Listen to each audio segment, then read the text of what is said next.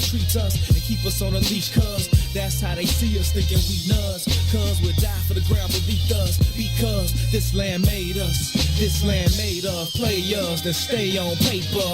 That's how we came up amongst the mayhem to the day when we display what we made of. The game could never change us, the West Side teachers. On these streets where you find that D before G. We out west with it, back down, trying to flip a dollar. If you looking, then we got it, you just gotta been a plot. We out west with it, riding clean, wetter than the sea. On the scene with a full tank, blowing AC. We out west with it, I'm posted, let me know what y'all on. Cause if y'all get on something, then just hit my phone. We out west with it, yes sir. Hustle for every penny in the trenches, but we turn struggle into strength. Smell the grind in the air, take a whiff. Only the nose knows the aroma. Compose the money rolls that fold up, holding cold cups.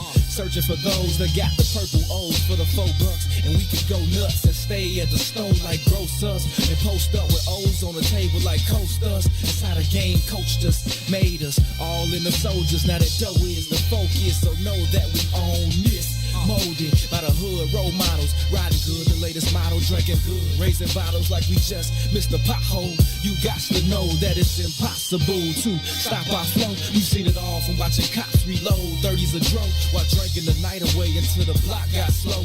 You'll know as soon as you see us, we the ones laid back in the cut. My demeanor seems to always get me up. We out west with it, back down, trying to flip a dollar. If you looking, then we got it, you just gotta been a plot. We out west with it, riding clean, wetter than the sea. On the scene with a full tank, blowing AC. We out west with it, I'm posted, let me know what y'all on. Cause if y'all get on something, then just hit my phone. We out west with it, yes sir. Hustle for every penny in the trenches, but we turn struggle into strength. Yeah, home of the survivor, survival of the fittest in the town. It's wicked, you can J down in a minute. What am? What's the business? The biz is how you down and get it. From Cape Town, the fifth city that sounds the fifth empty. When we tipsy, it's risky. Where the lick be, at least 10 deep. It tempts me, but there's no mystery. Where the chips be, the tips G. Just our history from the 60s. Pimping ain't easy, but we bleed it. This here game is in our veins, in the air we breathe in. Believe this, it's no game, but the key is your mouthpiece, spit your game. But believe, turn nothing into something. We suffer without supper long enough. Struggling from summer to summer, the same place where the dope is sold. It's home to the Oprah show, the same place I know is home. We out west with it, back down, trying to flip a dollar. If you looking, then we got it, you just gotta been a plot. We out west with it, riding clean, wetter than the sea. On the scene with a full tank, blowing AC. We out west with it, I'm posted, let me know what y'all on. Cause if y'all get on something, then just hit my phone. We out west with it, yes sir. Hustle for every penny in the trenches, but we turn struggle into Take notice, the Entourage DJs are taking over the game. The Midwest invasion is here, and the true Midwest mixtape king is giving it to you. It's DJ G-Spot banging your mixtapes right now. You are now listening to Mixtape. DJ G-Spot and Mick Lou, Chi-Town's finest. It's definitely representing South Side, West Side, stand up. Yeah, they honor my persona. See my coat of arms, cloaked in armor. Live and die by the code of honor. The honorable, known as Mick the Conqueror. My mantra is that of a monster. My vengeance is endless until you extinct like a condor. What you think I was armed for? I'm knocking at harm's door. Molded by the force, call me the Black Mamba. I'm putting up numbers like Kobe in the garden. My thoughts is thoughtless as I talk shit, and there's nothing as heartless as my heart lies deeper than the darkness that dwells where the sharks live. You sleeping with the fishies, surfing with the marlins. On the surface, I'll unleash the carnage till you surf, till you starving, searching for a market.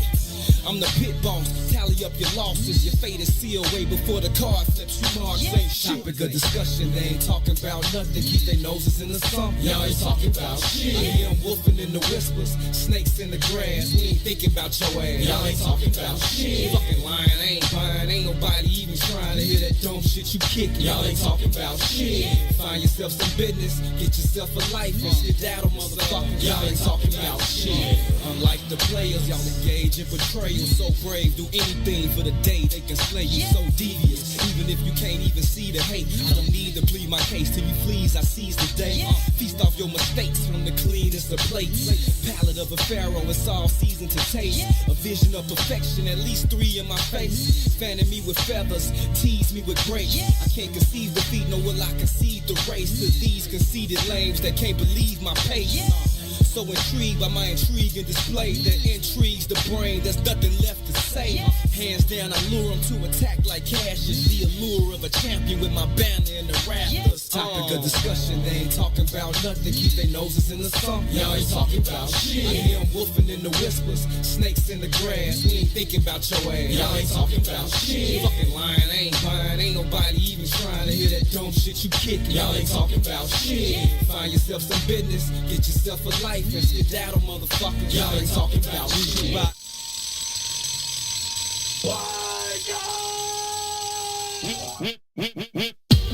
Looking at this generation, feeling hopeless. Looking across my shoulder, keep my eyes open, keep my mind focused. Ain't no hocus pocus, 'cause when it's all said and done, they will all know us. Trying to bring us down, keep us at our lowest. You thought you broke us, but you woke us. Be a leader, not a follower, modern day Moses. I'm the water to the seeds that become roses. Don't let no one put you down. Let me see you smile. Don't cry, daughter. Don't cry, baby. And get up, my son, I think and hold you back. And don't cry, children. Shine, shine.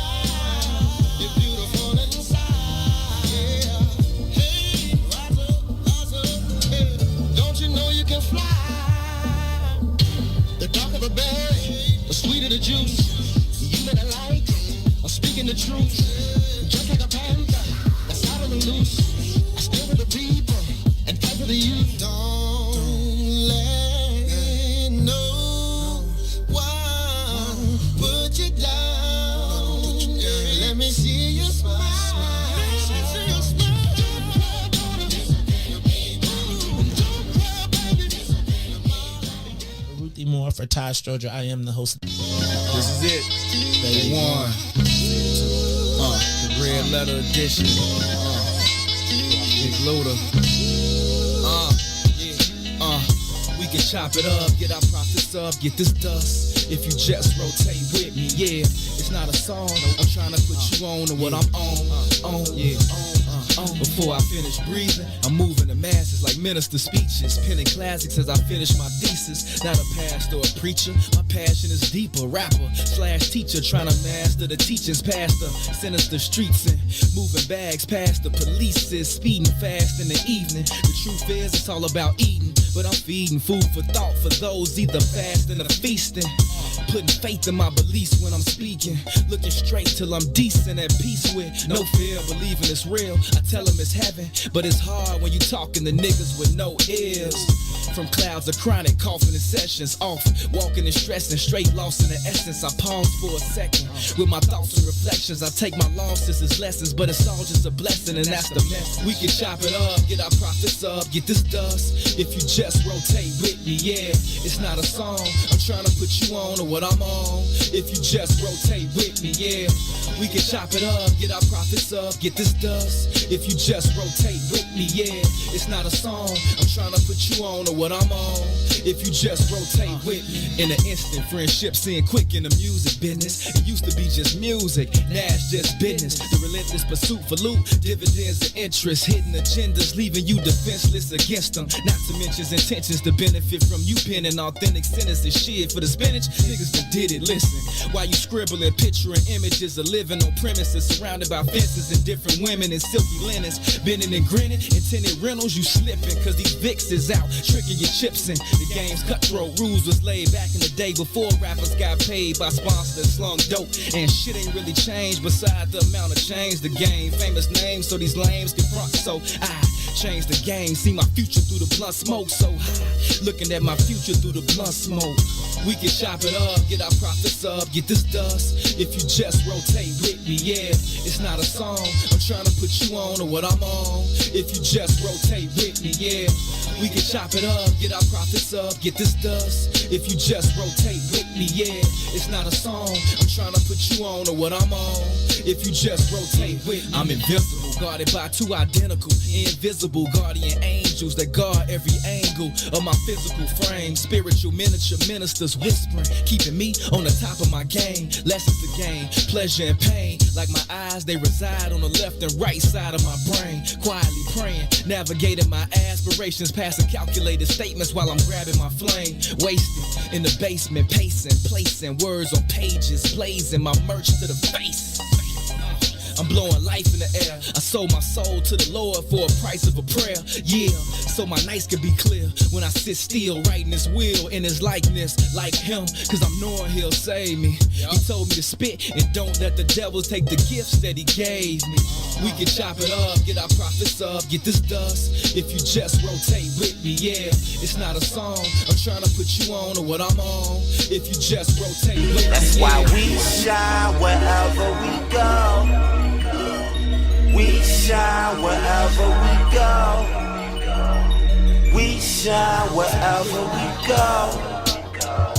We shine wherever we go.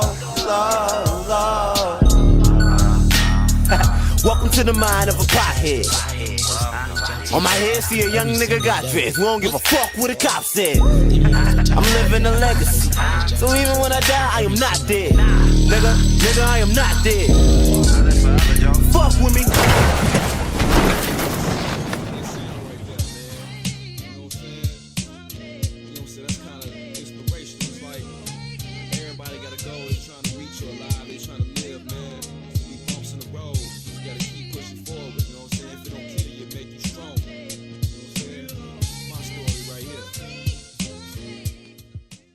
Great afternoon to you wonderful people. Welcome to this Wednesday edition of I Said What I Said. We are live from inside the What's In It for the Black People Media Studios alongside Toussaint Werner. My name is Herb Howard. Thank y'all so very, very much for choosing to be a part of this conversation today. Each and every Monday, Wednesday, Friday, 1 to 3 p.m., we get together right here with you all, and we discuss issues that are currently impacting the black community, how those issues impact us as individuals, but also how they impact us as a collective. And along with your help, we talk through many of these issues in hopes of finding the optimum solutions for how we can overcome said issues. Again, overcome them as an individual, but more importantly, in our estimation, overcome them as a collective. So thank y'all again for choosing to be a part of this conversation. As always, your input is valued. It is certainly appreciated. Anything you want to add to the conversation, feel free to do so. We will read through as many of your comments as possible while we go through the show. We would kindly request you please take a quick second to share the broadcast. Share it on your personal page. Share it even within your personal network with absolutely anyone that you think would add value to or find value in this particular conversation. We believe that the more like-minded individuals we can get to be a part of it, the better the opportunities we have of being successful in our endeavors of overcoming those aforementioned issues. So please, please, please, if you would be so kind, share the broadcast. Again, this is I Said What I Said. It is intellectual thuggery at its absolute finest. My name is Herb. His name is Two. What's happening, good brother? What's up, family? I'm blessed and highly favored. How you? I got a crook in my damn neck, though. It's bothering me. It hurts. You know what, man? That's one of the worst things ever. It like, is, G. Like it seemed like a small thing, but it's really one of the worst things ever. It really does suck. Because it fucks with you all day. It be like, just Can't really move. You can't really look behind you. You feel look vulnerable. behind you. Yeah, you right? know, you're doing You're like, like, hey, you know what I mean? I was like, when I know somebody got a crook in their neck, I just like to walk up behind them and call them their name all day. Yeah, I wouldn't respond. Hey, bro. Hey, catch. Yeah, ain't nothing happening. Ain't nothing happening, brother. That's trash, man. But it is what it is. What's up with you? Just keep making decisions that I regret. You know, I can't stop doing things. Well, that's very Herb of you. It is. It is. I can't stop doing things that I know I'm going to regret. I told you, a couple weeks ago that I was never hanging out with Don Millhouse again? Mm-hmm. Guess what I did last night? Hung out with Don Millhouse. Jesus Christ of Latter-day Saints. Man, I meant to hang out with Don Millhouse myself, G, because she was talking trash to me the other day, and I swear to God. Everybody was asking for you. Everybody kept, you know what? This weird thing about us having a show together. Yeah, I don't like that either. People always think I know exactly where you are and what you're doing. Yeah, that's so disrespectful and retarded. They was asking me, where's Herb the other day? I was like, fuck, I don't know. It be weird as hell. It don't matter where I be. Like, I'd be like at a park or at a game or at the store, and people like, hey, where's Toussaint? Yeah, I don't fucking know. Hella different. I know where Toussaint is on Mondays, Wednesdays, and Fridays from 1 to 3. You know Other what I than mean? that, I gotta call that nigga like anybody else. I don't know where he be. Like everybody, like where Toussaint? Where Toussaint? Where Toussaint? Where Toussaint? How about you say hey Herb first, then ask me where Toussaint is? I'm definitely meant to show up, G, but I got a contract that's happening right now, and it's kind of unorganized and crazy, and I had to fulfill some requirements for that, and I need that little bread right now. So Yeah, it wasn't. I mean, other than to show up and say what's up to Don, it wasn't your thing. No way. I ain't really expect you to be in there, to be honest with you. But it was a good time. We did have it. It was definitely It was. I just wanted to show support though. So course. if Don is listening, Don, I know the road to hell is paved with good intentions, but my intentions were good. I promise you they was good. And happy birthday, I love you, and all that. She knew you weren't there for a little while. By a couple hours in, she didn't. Whatever. She ain't know. Whatever. Everybody was gone. Huh? Okay. Had that oil in them. Huh? It was up there. Okay. She on the mic. She rapping. She dancing. Listen. Okay. They played musical chairs. Okay. Just a random impromptu game of musical chairs. Oh, this is real. I thought This you is was being real. This is a facetious. bunch of grown women. Okay. Playing musical chairs. Gee, it was hilarious. Maybe I didn't need to make it. It was hilarious. It was hilarious, but we definitely had a good time. The liquor was flowing, and the family was enjoying ourselves, man. It was a good time for sure, man. Yeah, that's super dope, man. Happy birthday to Don. All them tourists. There's a lot of tourists in my life. I didn't realize that, man. Salute to all the tourists. Yeah, indeed. Happy birthday, Don. RO Double came out. Salute to RO Double. Her and the Monster came out last night. They was hanging out. Who was the monster? Her husband, Loch Ness Monster. Oh, okay. You made me nervous for a minute. Yeah, it was cool. We hung out. We had a good time. Mary was out. Shout out to Mary. Super dope. Super dope. Yeah. Indeed. Super dope, man. Lil Ron was out, acting up. Being Lil Ron. Cutting up in these streets, wasn't you, bro? I gotta stay away from Herb, man. I think I'm rubbing off on you. Hey, man. Hey, man, Herb is in the quiet taste, G. That's a skill set. You know what I mean? You can't just go out there and just do that. Right. I've honed these skills over a lifetime. It's a secret society. All we ask is trust. All we ask is trust. Few things I want to get into, man. Beach is hopping on with us today. Yes, he is, supposedly. Well, Uncle Walt do what he want to do. Right. You know what I'm saying? So I just hit him on the way in here to text him, and I ain't get no response. I don't give a fuck what I said. Right. I don't give what I said. I'm giving no quarters and asking. Right. You understand me? You heard me? That is my. Have I told you that before? That's my favorite line of any movie, TV show ever. I'm giving no quarters and then No. I don't give a fuck what I said. Oh. From absolutely happy birthday to my cousin Danielle. My auntie Donna's in here, and I don't know if Danielle was in here, but because I doubt it. Because I talked to Danielle earlier. She was walking in the nail shop and she had fresh eyebrows. When they first get them eyebrows done, they do the tint or whatever. They look dark and wet and weird. She's like they just got to calm down, and then they'll look normal. I'm like, yeah, they got to calm down right now. I ain't never seen them first done. I ain't never paid attention to them in the first place unless they them big. They don't always get them tinted, but when they do, they be hella dark for a minute, and they look wet, and it just got to wait a while, and then it'll settle in, and it looks fine. But okay. I talked to her right after they got it done, and I was like, girl, look, you scaring me a little bit. But that is my cousin. That is my sister cousin. I love her to death. So happy birthday to Danielle. She's 2-3 weeks younger than me. We always been joined at the hip since we were shorties. So that's my baby. No, my favorite line of any movie or TV show ever is I don't give a fuck what I said, from Menace to Society, when Chauncey, the dude who played Pinky in Friday. Oh, yeah, when he came to the door with the white boy. He came to the door with the white dude, right? And the white dude, he like, man, fuck you doing over here this early? He said, you said 10 o'clock. So I don't give a fuck what I said. Don't you bring your crack ass around here this early no more. I've heard a lot of people say, I don't care what you said. I ain't never heard nobody say, I don't care what I said. I don't care what I said, fam. Don't do that no more. My favorite line ever.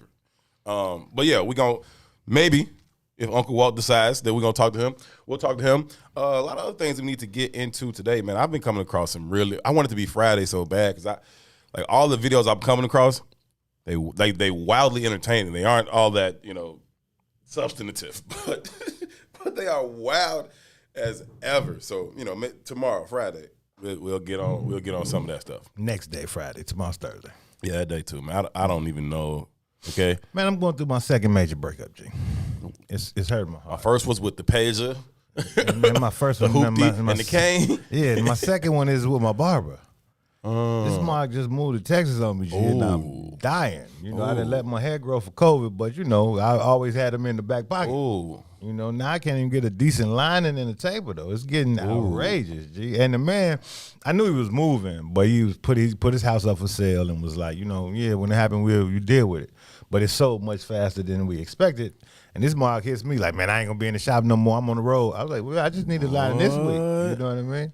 Man, you gotta Bad like, out here, G. It's bad out here. you gotta like Tough give in me the a street. severance fade or something. Like you can't just leave me like that. Tough in this street, G. It's easier to commit to the barber than it is to a woman. That's hands down. That is a fact. Okay, dudes are way more loyal to their barbers than their partners. Man, it's outrageous in these It's like streets. in my life, like dead serious, like 4 maybe 5 people have come out here in my I life. counted it when he told me he was leaving. I was crying for a little bit. It's not. It's like, wait, we don't play those kind of games. G. Like, nah, you're not finna just be cutting my hair, fam. Yeah, it hurt a little bit, man. And when for whatever reason you go to a different barber, you feel like you cheating on your own barber. You be like, oh, I hope he don't find out that I. And so when you go back to the next time, you hoping he'll be like, yo, I ain't do this. Like, you know what I'm saying? Like, I don't know why we are super super loyal to our barbers, but that's sorry, man. I'm sorry to hear that, bro. That's tough. Bad out here, man. That's tough. I'm looking through Instagram like maybe they can do it. I mean, if you want, I can refer you to people, but it's not even like that. Don't work like that. People don't even want like yeah, nah, I it don't don't work like that. G. You can't put Fuck your me barber, on. nigga. Yeah, You know what I'm saying? Like, can't nobody put you on the yo barber. Yeah, like know you what I gotta mean? find your own. It's like, oh, that's tough. Yeah, it's tough in these streets. G. That's But not I'm gonna cool. Find somebody. I gotta find somebody this week. My shout out to my niece Destiny, man. She's graduating from law school this weekend, so we. Oh, that's dope. Congratulations, They're that's doing a brunch for D, and I got to look presentable because they trying to go somewhere. So I got to Howard Trout say 2 barbers his whole life. I'm gonna have to fully be, you know, at least lined up. You know what I mean? So I got to figure it out. You know what I mean? Because that's a tough one, Joe. Yeah. Howard, I heard you a beast in the kitchen or on the grill or on the stove or on the oven or the microwave or the hot plate or the George Foreman grill or something. I heard you be chefing. Okay, I need to know what's up with that, sir. Yeah, no, that's tragic, my G. That's tragic, G. It's tough. You know what's interesting about that? So my daughter has an affinity for doing hair, and I always used to make the joke, like, you know, we spend all this money on education. My baby gonna do hair and babysit for a living. That's what she gonna do. And my wife was like, "Don't you say that about my daughter." But then I think about it. When we start thinking about the black community, how economics works in our community, That's the only place we getting bread. That's one of the premier opportunities in the black community. You get you a daycare or a salon, it's busting for you. Busting, because we're guaranteed to spend our money with you then. Those are we only let black people cut our hair, and we do only our give hair. up, and black people can only watch our children. And in most instances, we'll right. let black people keep our children. Right. You know what I mean? So I was like, you know, my baby did my little braids in my hair right now. So, Yeah. you know, but she ain't working with no clippers yet. So we gotta advance that game. I'll fade you up, bro. It's not Let gonna me do it. Let me line you up in here on Friday. No, I'm cool with that. I'll bring liners, clip. We line you up right here on the show on No, Friday, that's not bro. gonna happen. We should bring a barber here and line me up and I discuss whether that's valid to cut my hair again ever. That's a good idea. good idea. Let's look into that. True story, G. High school, we had to do this, and this was now as an hour. Like one of your opportunities for would be your career path, what you want to do in your life, right? So my homie in Iowa used to cut my hair, and he was like, he want to be a barber.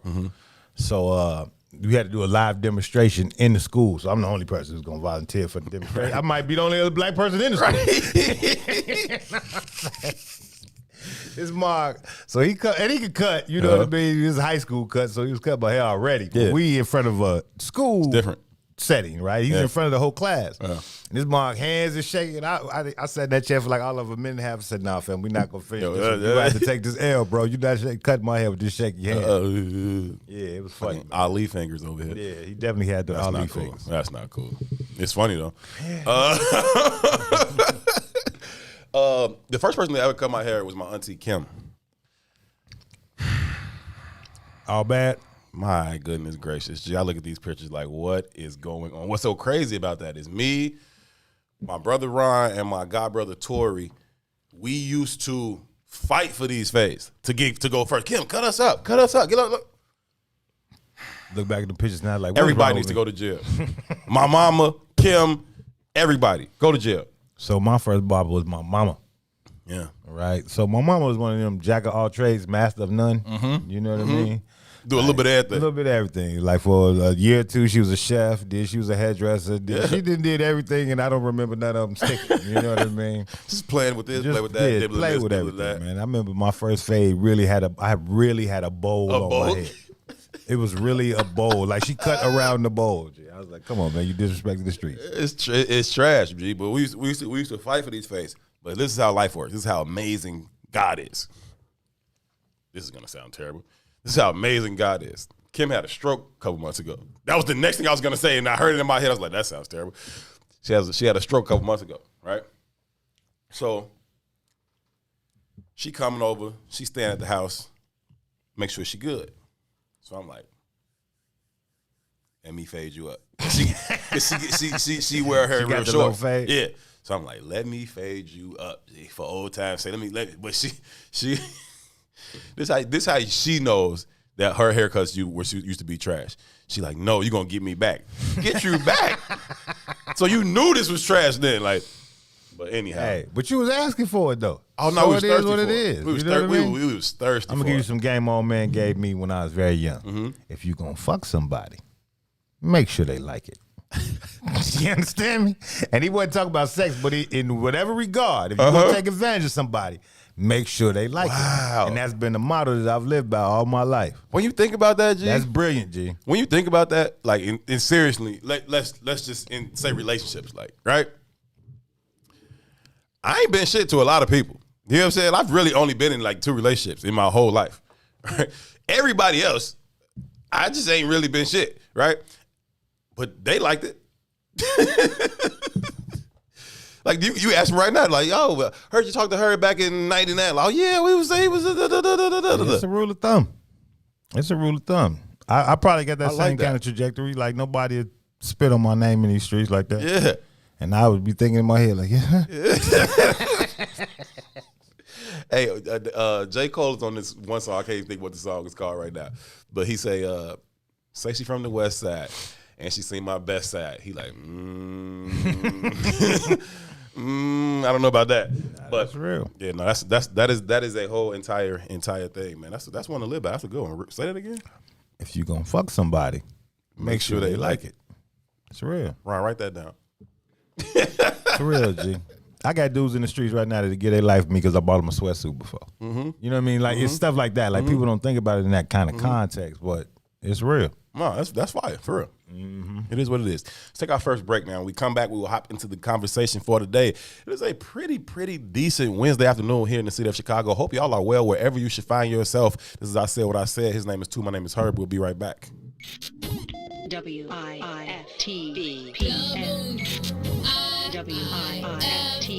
WIIFTBP. WIIFTBP. Media's just for you and me. WIIFTBP. Media's just for you and me.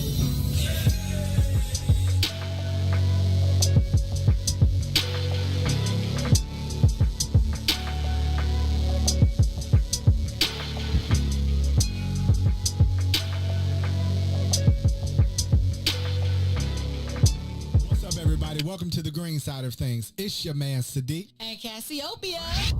Motivated by the days of sandwiches of spam. Grilled cheese won't stop me from grilling those who are stealing the peace and safety of the community because they releasing death and destruction on the community. A community where the people look like me and them. A place where mama and them stay. Not too far from where their children stay. You right. I want a peaceful neighborhood, and I'm not moving to the suburbs to have a peaceful neighborhood. Do we really have to take this, acting like we don't recognize this, still cooperate with this? You know what? The hell with this. Grab me behind a mic that's shaped like a middle finger, pointing straight up with my middle finger to any poor politician, dealer, deaf, crooked cop, or lazy parent. It's apparent to create change, you have to have a work ethic that make it seem like you lost your brain, standing out like the Willis Tower. It's a brother that represents dedication, discipline, and dream reaching, accompanied by a voice called power.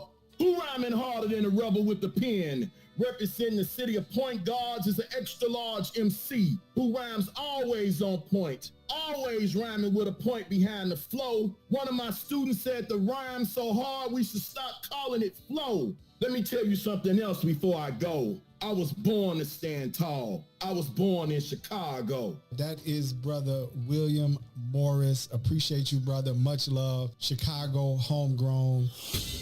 Every Tuesday and Thursday from 1 to 3 p.m. on What's in It for the Black People Media. All day. Oh, oh, oh, oh, oh. Check it out. See, while you was on the corner trying to scrape up pack money, I was driving 80 stack trucks off rap money. I'm back money. If you want it, come to the hundreds and ask for me. Meet them OGs that are blast for me. I'm right here. Ill Adidas, $400 jeans on me. Itchy with no safety, a loaded magazine on me. Southside, that's as wild as it gets. And no, I never sold crack. That's some house nigga shit. I'm not judging, but every man that's a man gotta stand by his principles, and I'm not budging. That's Mickey. You can take it how you want, but you can never be me. You can fake it how you want. I spit that uncut raw. You can bake it how you want. Get down any way you like, you get the same result. Get in tune. The elephant in the room has now assumed pole position. Whoa. Oh. BJ, get him. Come on. Reporting live from the gutter where that butter get gorillas jobs. That's why we call it work. The same work will get a nigga robbed. I throw my dice against the concrete. If the bitches pass, see you later. Grab my paper, tell us they kiss my ass. This the jungle, baby, I'm a lion. Try me, I'll be firing. The same banger saved Private Ryan. You the prey, you survive and hide.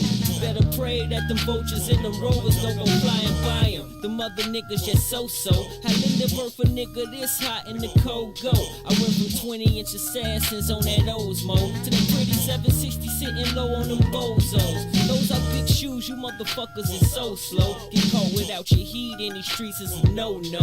Baby need Pampers, daddy need that photo. It's bread or nothing, big old niggas, you see the logo. Whoa.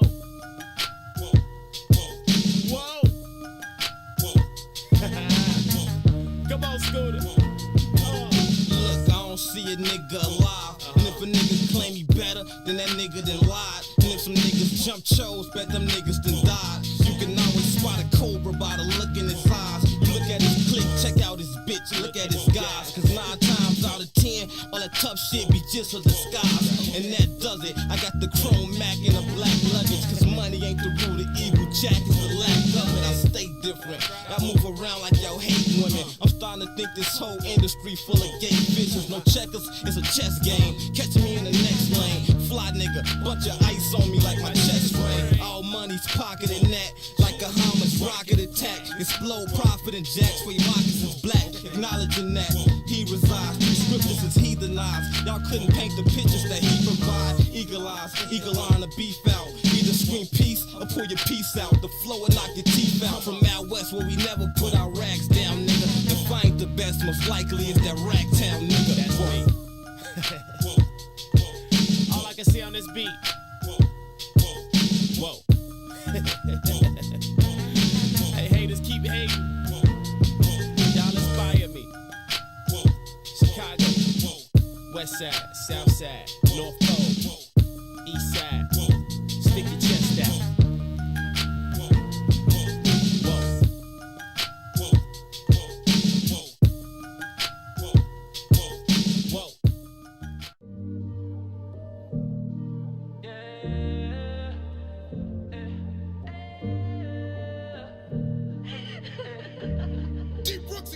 Hey, I'm crying real tears. I'm crying real tears. I'm crying real tears for Chicago. I pray we don't get lost in all our sorrow. I say I'm crying real tears. I'm crying real tears. I'm crying real tears for Chicago. We don't know what we gon' let us see tomorrow. All right, baby, we got to win. 52 wounded, 10 murdered in a week. y'all doing, man? Not on air yet, though. We're gonna bring you in on air. Okay, no, I'm just saying how y'all doing. That's all. We understand. It's great now that you in here.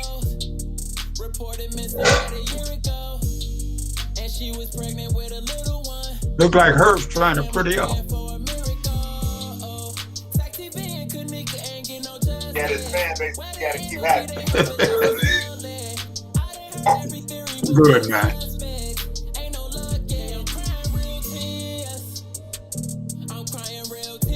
Happy to hang up. All right.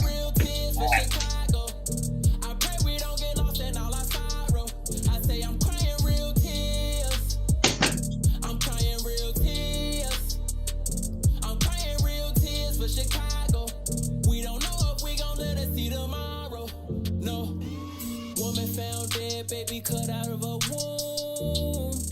I wish it wasn't true. Another woman shot down while a baby in her arms. Can somebody call a truce? This is genocide, honestly. We still remember Lee.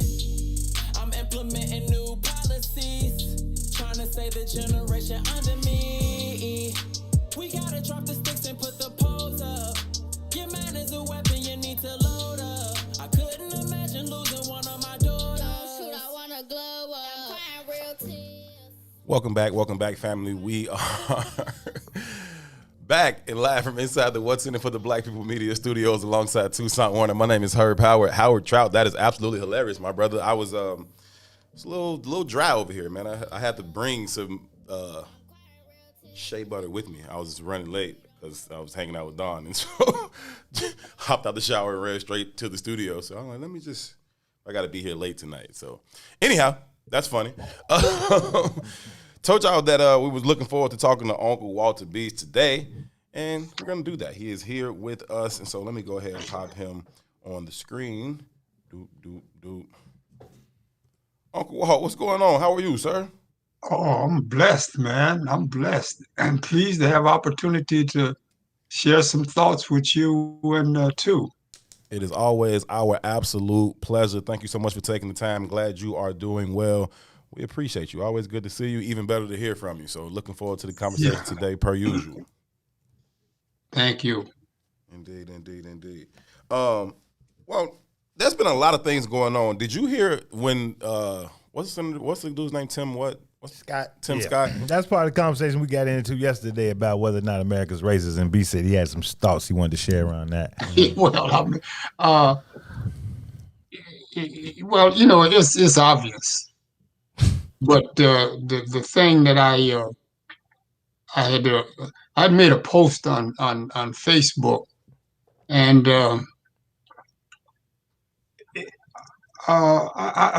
let me read it to you. Can I read it to you? Of course you can. Let me share this with you, man, because it was just it's just my thoughts about it, and I think it's very for me, I consider it to be rather insightful. Mm-hmm. Why that's one of the reasons that I have problems when you want to deny the obvious. Mm-hmm. So this is what I shared on Facebook. How dare you accept reality? Not only did Tim say it, I think the vice president said it. So I used it in a kind of an aspect of a metaphor. If you want to be accepted and play on my team, you cannot revolt against that which you value. There can be no such thing as a peaceful coexistence between opposing ideologies. So that was the beginning of what I have to say, is that you cannot be in a situation where you deny reality and at the same time it's a contradiction. Linguistically and logically, it's a contradiction when you do those kind of things. So I don't have any problems with what the senator said, or what the vice president also accepted, except when they confuse the reality of it. So let me say this, man. If I'm in opposition to something and I don't particularly care for it, then I just say that. If I love America, I'd say I love America. And anything they do is okay with me. But I'm not going to try to deny what they do. And that's the problem that I have with the with the type of comments. America's racist. How do you operate on a functional definition and deal with the aspect of what the premises are? If the premises are in agreement, how do you then deny the conclusion? The question is America racist? It either is or it's not. He either died or he didn't die. So for me, it is, if it's racist, you say it's racist, and I accept the fact that it's racist, and then I try to make an adjustment living in a racist society. But then don't sit up in front of something. May I say this? I had a friend named Vernon Thornton in Cleveland, and Vernon and I used to hang out together. And Vernon used to always, he had a comment that I just always loved. He said, "Don't piss in my face and tell me it's rain." So that's all I'm saying. If it's racist, it's racist. And if you have accept that and you're going to function within that aspect of it. And again, and I may have said this last time when I talked to you, my father's position was, to me, it was rather simple. He said, you have to decide what your relationship to racism is going to be. Beach, but he wasn't. Check out this perspective, though. Maybe that's really the crux of the argument, though. Maybe the premises aren't in agreement. So, as you were speaking, we got a comment that came through, and it said that every ethnicity has bias and racist tendencies. Right? Now, bias, I get. Racist, I don't. And that's because I have a full understanding of the definition of racism. Right. Which is a system of power. But what I recognize is that the more we have conversations, the more I recognize that we don't have a full understanding of definitions. Of course. Right? And when you don't have a full understanding of the language being used, then how could you come to a clear, concise understanding or conclusion of the premise? Because you don't understand the language that's being used in the first place. So when Kamala says America's not racist, or Tim Scott says America's not racist, maybe because their vantage point is from one of ignorance. And they've created a conclusion based on their ignorance. Now, I got my own idea. I'm just bringing this up for the sake of conversation. As to play devil's advocate, and maybe not even play devil's advocate, but maybe in a sense of reality, some of these people, like, if their experience is so different that they don't really see that. You know what I'm saying? It's like, you have somebody who has been abusive to, a lot of people for a long time, but everybody else knows this person to be upstanding, model citizens. Like, now you talking about such and such? Nah, they ain't been doing that all. Yes, they have been. You know what I'm saying? But, the people who know, and the people who don't know have no idea. That is a possibility. Yeah. Well, let's examine that, because I think that both of you saying about the same thing. And I want to.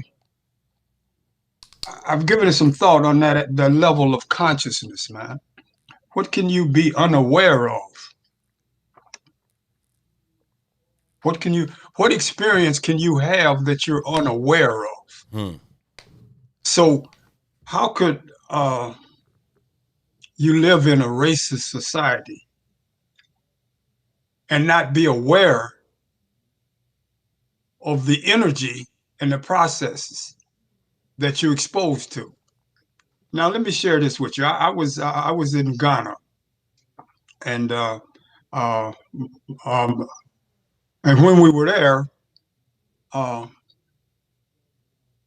I met a brother, Tony Jones, and he's since moved over there. And Tony and I was hanging out, and we were kind of close, you know. And he and I came to the same conclusion. All of the deprivation and disparity and human frailties exist in Africa just like they exist in any part of else of the world. And I think I told Toussaint, I stood on the four corners and watched the world go by. I've been all over the world in parts of China. The only thing I haven't done is murder somebody and rape somebody. So I may not be the model citizen to have this discussion. But the point is that when I was in Africa, the one thing that I understood, I don't have to worry about something happened to me predicated upon race. Just because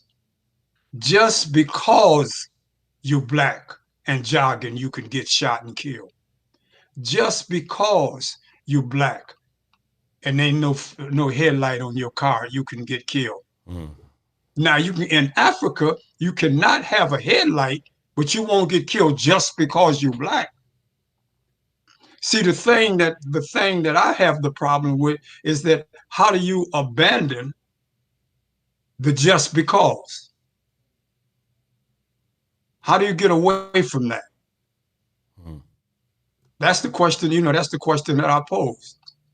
My son, Arif, he and his man was hanging out, and the police pulled him over, and they put the squeeze on him to get a couple dollars, Now that happens here, that everything. The point I don't understand, and like I said, it puzzles my will, is that why do policemen need training not to kill black people? What training have they been given? Right. Not to shoot white people. Right. So how do you miss that when you say that you are conscious and when I say intelligent, I don't mean academically intelligent. I'm just saying understanding things that has to make sense. I had a good friend of mine. Her name was Deborah Generos, and I hired her when I was running a program in New York at the YMCA. And after having some interviews, my assistant Michael came in. He said, "There's a young lady out here want to be interviewed." I said, "What you mean she want to be interviewed?" I said, "I thought we had all of it." We did, but she said she was on the D train. And she heard that somebody was hiring at the YMCA. So she got off the D train and came back to the Y and found out could she be interviewed. I said, "Well, since we're here and she's here, let's just interview her." So I interviewed her. I said, "What you do?" She said, "Look, I need a job. I heard they was doing it." And then she gave her, her credentials. And in that process, after hiring Deborah, there was one thing that I always understood and I always appreciated about her. Every time she dealt with a situation, she had a question that she would always pose. And the question was, does it make any sense? She said, does it? So she would tell it was an employment program for our young youth, and when they would say something to her, her response was, does it make any sense? I tell my sons, my daughters, and people I come in contact with, you can think, you're intelligent, you can figure it out. My son said, "Well, Daddy, should I go to the University of Michigan a year early, or should I play another year of basketball and football?" I said, "Man, if I give you that answer, it will be my answer. It won't be yours." I said, "You can think, you can figure it out. So what do you want to do?" He said, "Well, I want to make sense out of it." So only thing that I'm saying, it's difficult to convince me. Now, there are others that may be convinced. Make it make sense, right? It's difficult to convince me that a melanated individual can function in the United States of America and have never experienced racism. Now, it might be. What if they just don't understand it in the proper context, right? So like we always say, until you fully understand white supremacy, right? And so that gets into the constructs of everything that impacts your everyday life, right? But what if they only understand it as overt acts of racism? Like, has a white man ever walked up to me and spit on me? Have the police ever pulled me over unjustly? And if that's not their experience, then they kind of ignore. Let me just deal with this here for a moment, Herb. Yes, sir. There's a difference in the dispositional process of racism and the episodic or individual experience. Let me just say this: as a richly melanated individual like myself, without the lack of understanding of what intellectually and academically racism is, do you think that I could experience or internalize it in the absence of having that knowledge by an experience that demonstrated that the process of my human experiences have been different? When I walk into a restaurant, and another individual who happens to be European, Caucasian, or white walks into a restaurant, and the views or the acceptance or the responses are different, would I not try to use my intellect to determine something that's different? Mm-hmm. See, what we keep trying to do is to romanticize and deal with some magical thinking, because it's always very comfortable for us, as well as it is for white people. All I'm saying is that, what experience have you had that you believe other black people haven't had, and because of their lack of knowledge or insight that you got, that they couldn't derive what was different happening? If anything in your life that happens to you that's different that has happened to someone else, does that not raise at least your curiosity to try to understand what it is? Sure. Sure it does, Beach, and I agree with you wholeheartedly. But it's also something you say to me that I think is very interesting, specifically in the context of this conversation. You always say to me, any intelligent animal is aware of its environment. You always say that to me, right? And I've been pondering that question since we was talking the other night. And I'm worried if we're just an unintelligent animal, right? I'm worried if the conditioning has worked so well that we've been conditioned to erase the construct or the concept of racism, and we've adapted the concept of less than, right? The police didn't pull me over because I was black. They pulled me over because I got braids. They pulled me over because I'm down the street from Parkway Gardens, or they pulled me over because I'm in Brooklyn. They pulled me, you know what I mean? Starting to attach those negative incidents to not necessarily race per se, but more so that I come from a place of lack, class, almost at some levels. You know what I mean, or just a degradation of self. You know what I mean? It's interesting. I saw this study that was really interesting to me, and it was a study with mice, and they drop them in water, and they drop them in water just to see how long they could swim, right? And the average mouse was doing like 15 minutes of treading water, and then they start to sink to the bottom and start to drown. You know what I mean? But the scientists take the mice out the water as they begin to sink and drown. They give the mice time to recoup, and then they put them right back in the water. Right? Torture. Wait a minute though. The average mouse swam for 15 minutes the first time before they started to drown. How long do you think they swam the second time? My concept would tell me it would be shorter, but I'm assuming they swam longer. They swam for 60 hours. Yeah. The second time. 60 hours. 60 hours straight.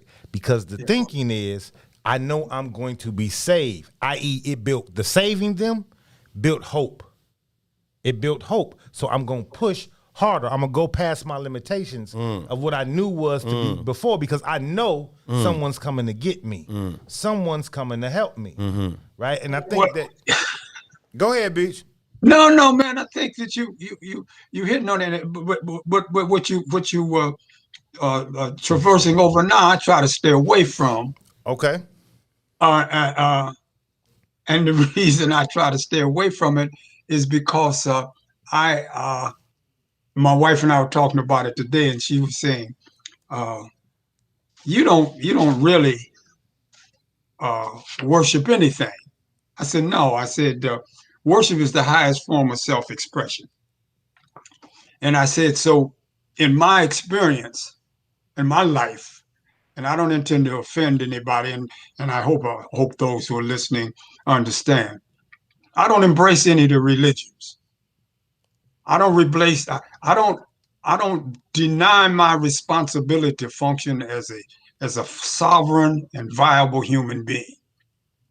So the analogy you just gave about the race, the rats, and waiting for some hope, in my opinion, is part of things I used to argue and discuss when I was in the seminary. The aspect of there is something or someone that will save you. So when you're in certain situations, what you want to do is that you want to submit yourself to a deity or to a god. And my position on this, for me, is that I am God appearing as Walter Beach III. I'm not looking for no salvation from something outside of me. So there is no. So that's the construct of the religious aspects of infallible creeds and dogma. Regardless of what the theological source may be, they all are predicated upon that same aspect of fear, an infallible dogma or creed, and third and lastly, a post-mortem promise. So, Uncle Walt, is the thinking then that, okay, if I don't believe some greater power is going to come then save me, then I am more motivated, or at least more responsible or accountable to myself to fix this than I would otherwise be. Right, and I draw upon all of the resources that I'm available to. I'm available to get. Sure. See, I don't, like I said, man, I just me. I don't understand if somebody believe in God, what they need a gun for. What you need a gun for? What this cat gonna do? So what's been happening to us for centuries? And there's some of us saying, and my mother was one of them, and I sat in the church, man, till I was 19 years old, and got elbowed in the side when I was going to join. For 19 years, she beat me on the side of my going up there. But the point is, that was just me. I'm not saying that there are other individuals, but I'm not waiting for the Savior, man. And when someone comes at me, and I'll deal with it in the context of what we're dealing with now in terms of police discussion. The police, if you come into my house, I ain't calling the police. Why? Because I'm the police. I'm the police if you come in here. Well, I'm gonna come call. What does that mean? That I have to rely on someone else to protect me? And I appreciate this discussion with y'all because it gives me an opportunity to say how I feel about living my life. That is why we always are so happy when you come, because we want to hear everything you got to say about not only how you live, but your perspective on the larger picture at hand. Uncle Walt, we need to take a break. When we come back, we'll dive deeper into the discussion. Uncle Walt, let me be very, very clear about the conversation we were having at first. I am in total agreement with you about racism in this country. I was just offering the other perspective on it as a possibility. I don't really believe it, but it's a possibility. We'll have that conversation and more on the other side of this break. Uncle Walt is here. This is I Said What I Said, Herb and 2 for another hour. We'll be right back. WIIFTBP.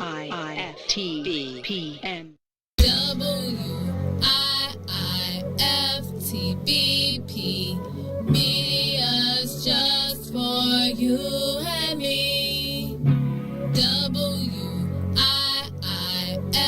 WIIFTBP. Media's just for you and me.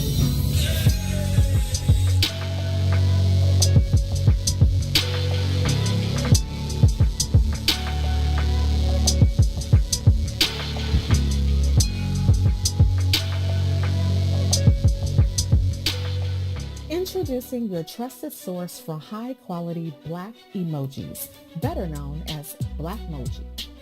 We believe Black is beautiful, and that beauty should be reflected in the digital market. Now there is an app that does just that, starting with Black Greek letter organizations. Blackmoji D9 offers more than an emoji app. It is a cultural experience of Black excellence. Download the app in the Apple or Google Play Store to access a specially curated catalog of emojis representing the Divine Nine.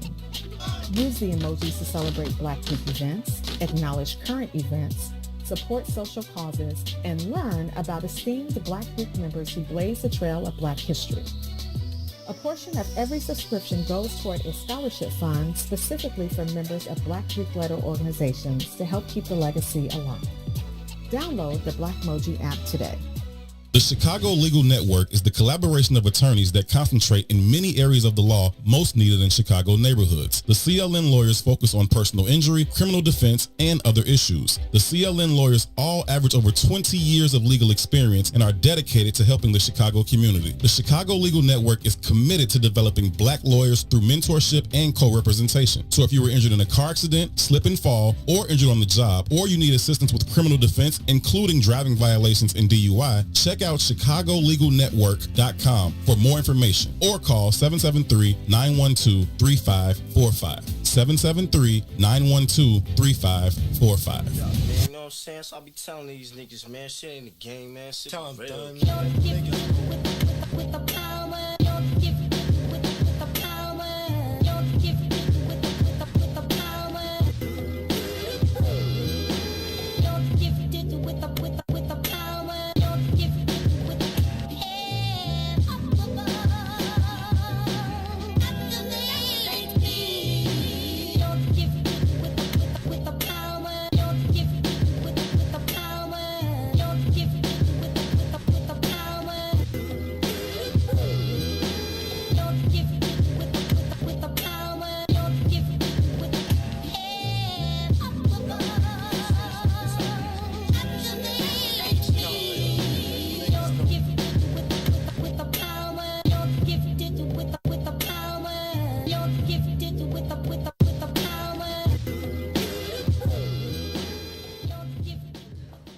Welcome back, family. We are live from inside the What's in It for the Black People Media Studios alongside Toussaint Werner. My name is Herb Howard in the production studio doing what he does.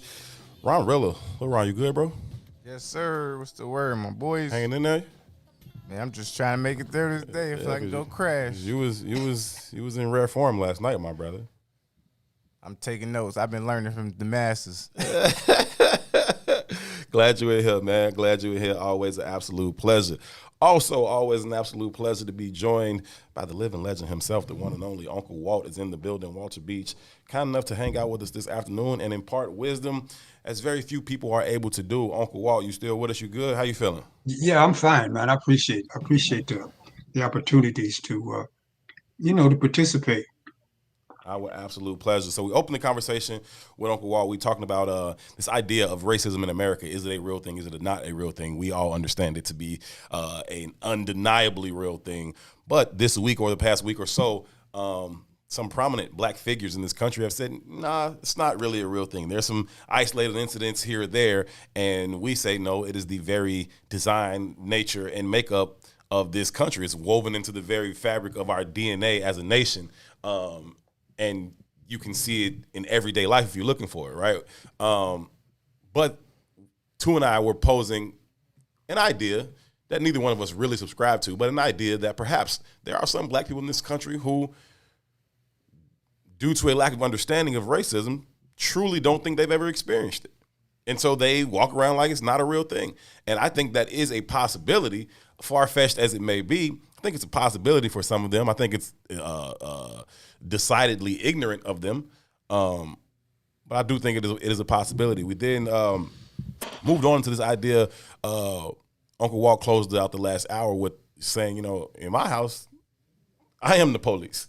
Okay, you run up in here, you got to deal with me. Okay, and I like that. Beach, we got a question from the comment section, and it's from Boosie Latham, and she says, I still want to talk to Beach about his book. I have so many questions about his childhood. What did the men in his day possess that we are lacking today? Can we get that love back in our men, and how? Yeah, well, my book is available. Consider this. And when I you would probably think that I dislike, or even a stronger term, hate white folks or European. And if I were to share, I'm going to share 3 experiences and then get to that consider this. But I wanted to also deal with the term that probably, or maybe, or the devil's advocate, or the other side of a situation. That printer is working overtime over there right now, Uncle Walt. Yeah. I don't know what it is. It's probably my wife. It's all good. Go ahead. It's probably my wife running something off. But let me say this. I'm going to share a couple of things with you because I want to be clear about it. I come up in a community full of love. A little small town in Pontiac, Michigan. Segregated community. And within that community, I was considered Little Beach, and my daddy was considered Big Beach. Mm-hmm. And I don't care where I went in that town. I have a friend named, and I lived next door to the Samples family. It was 10 of the Samples, and it was only 2, me and my sister. And I remember one time Herbert coming in, and I was speaking to him. I said, "What's up, man?" He said, "Man, my mother just gave me a whipping." I said, "A whipping for what?" She said, "Well, Williams was disrespectful to Miss Sally." And I said, "Well, why did you get the whipping?" "Because Miss Sally said it was me." And I couldn't tell Mama that Miss Sally was lying. He said, then I'd have got another whooping. The point I'm trying to make, man, there was so much respect and understanding in the community. And when I deal with situations, and when me and my wife and Toussaint and his family, I said, man, look what love's done to me. Look what love has done to me. Peace, beauty, harmony, truth in all I see. Look what Mr. Balch has done to me. A white man, when I was in junior high school, made me feel that I was worth something. Look what Mr. Render has done to me, a white man in high school. Look what my dad, my uncle, Mr. Big Boy, Mr. Doug, Mr. Rochelle, sitting by the table when they playing bed whist. Little Beach, look, this is how you do this, and this is how you do that. So that's the kind of environment I grew up. I was the only black player on the football team at Central Michigan University. And I heard the word nigger so many times I could think it was my name. But I never did have to fight because the white boys fought for me. Look what love has done to me. We go into Illinois, Iowa to play football, go into a restaurant, and they would tell Mr. Bill Kelly, he can't eat here. And Mr. Bill Kelly would say, then none of us can eat here. Go to a hotel, he can't stay in this hotel. Then Mr. Kelly say, we sleep in the bus.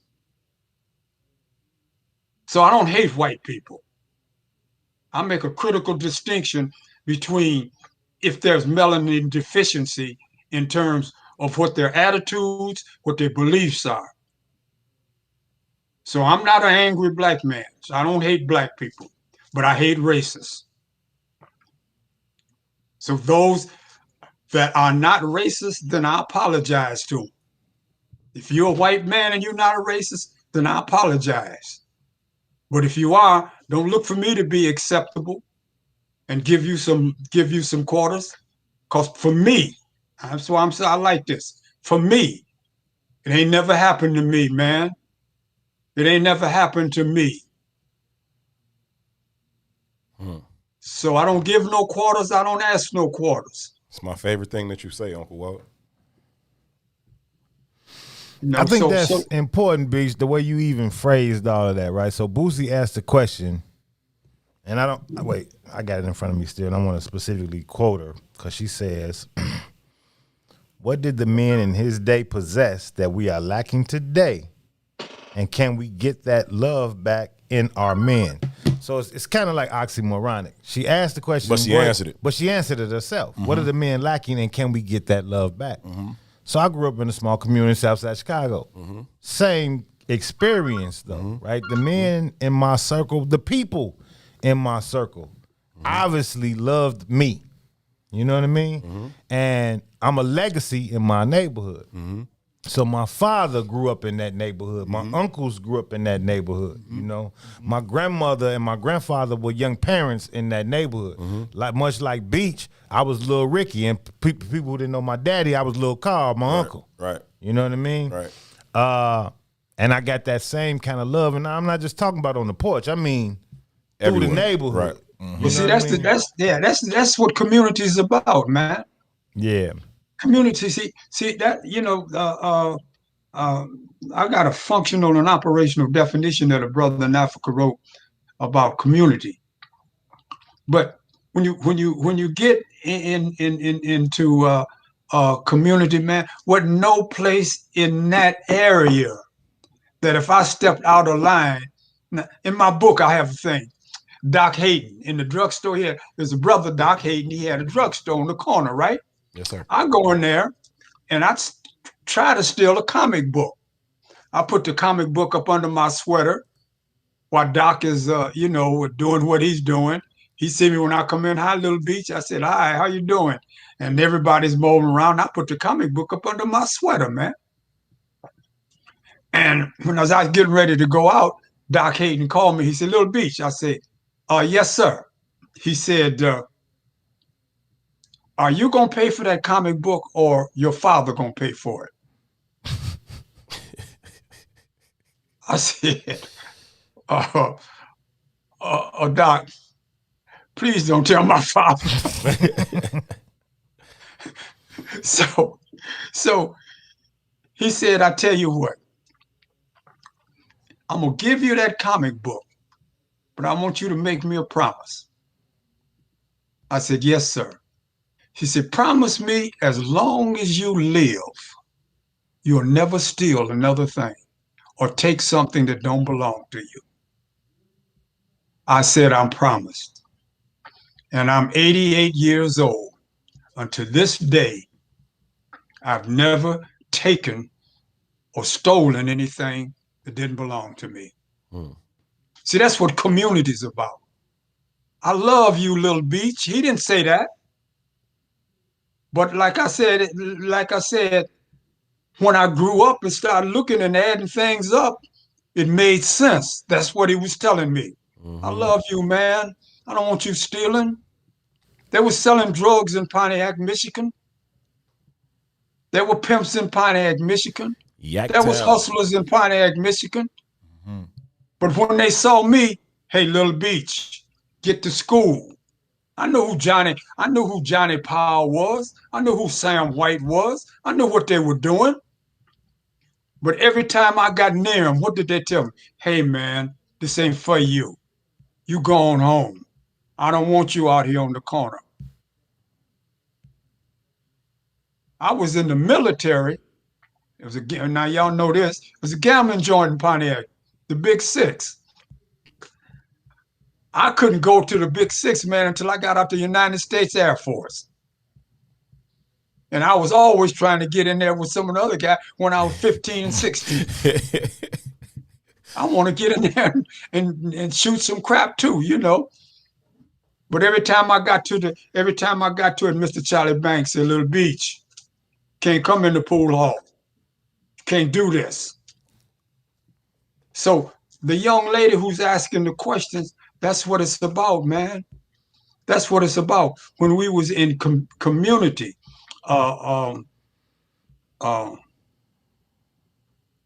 who's it's a singer, Renee Marie. She sings a song, and in her song she said, she talks about her brother who's down and out, and in the song she said, put a little something in his hand. Then she talks about an abused woman, and then she said, put a little something in her hand. And she finally walks out. She said, when we love each other, she said, that's what makes us strong. Can I read something to you right quickly to reaffirm that? Yeah, sir. From 2000 Seasons. This is from 2000 Seasons. The African writer, Amaha, wrote this from 2000 Seasons. And he also wrote The Healers. But this is the one that addresses what I think the young lady was saying. In 2000 Seasons, this is when they're talking about oppression and the colonial slave owners. And while they're chasing a group of slaves, they get away, and then when they get away and they hide, they say to this one slave lady, her name is Abina, A-B-N-A. So they say to Abina, said, you here with us, and you could have saved yourself. And this is Rabina's response in 2000 Season. To save myself apart from all of us, there is no self apart from all of us. Mm-hmm. What would I have done with my life alone? See, that's what it's about. And until we get into the position that we deal with the pre-colonial mentality as opposed to the post-colonial mentality, we'll begin to see that. What is she saying? To save myself apart from you and Toussaint, what would I be? Right. E pluribus unum. What would I be? From the Latin meaning what? Of many there is one. There is only one. It's no such thing as We're all collective. We're all a group. It only works if it's us. You know what I mean?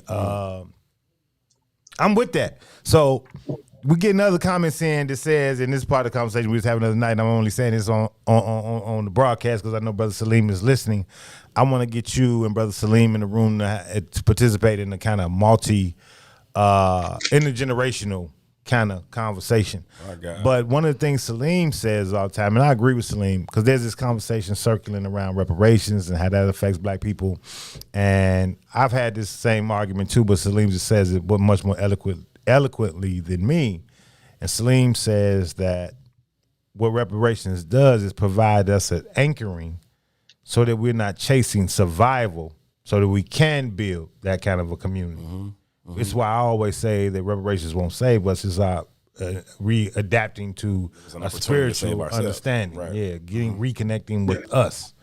You know, and I agree with everything that B says, but he's right. Post-colonialism, there's this kind of rugged individualist kind of thought process.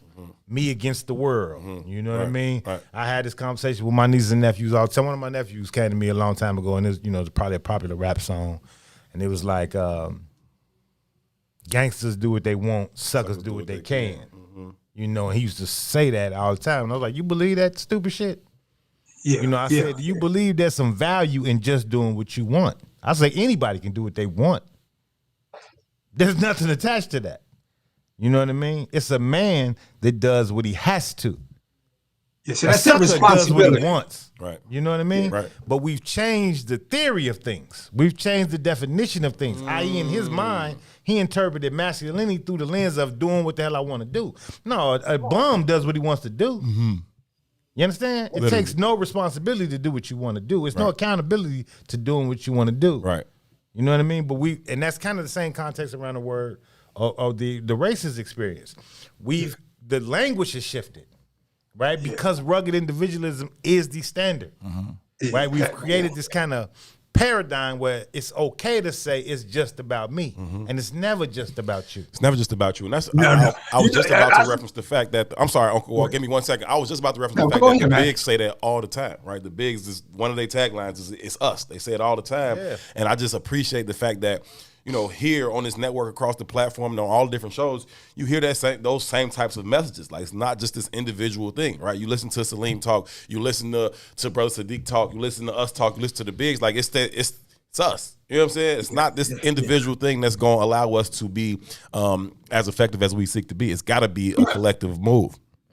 I want to share something with you in terms of it, and I think I shared it with Tu the other day about Jim Brown. And the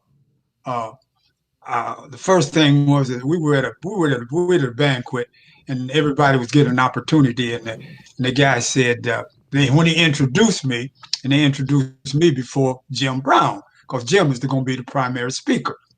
So when the guy said, he introduced, this is Walter Beach, blah, blah, blah, and Jim Brown, and said,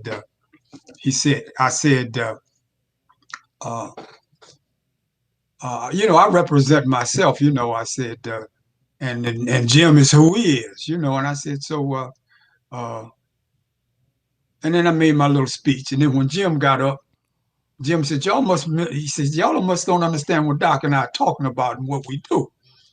And he said, we play on the same football team. But Jim said, I ain't never tackled nobody because that's what Doc does. And I want to extend it further, because I was telling Toussaint, he and his wife and me and my wife were out to dinner, and this must have been about maybe 20 years ago. And this is getting into that accountability and understanding. And we'd gone out to dinner a couple of times, and Jim put out his card and paid for the dinner. So on the third occasion, I said, Jim was pulling out his card. I said, no, man, don't pull out your card. I said, I got my card here, and I'm gonna take care of it. And this was his response. He said, no, man, you keep your card in your pocket. He said, I'm in a better position to pay for this than you. So our relationship ain't predicated upon when I go to dinner, you pay, and when you go to dinner, what he was doing and what he constantly has done in my experience in my life is to show me what our traditional relationships must be. And I know this might be a little hard for somebody, and you might say, well, why do you want to share that? Well, I got in some tax problems several years ago.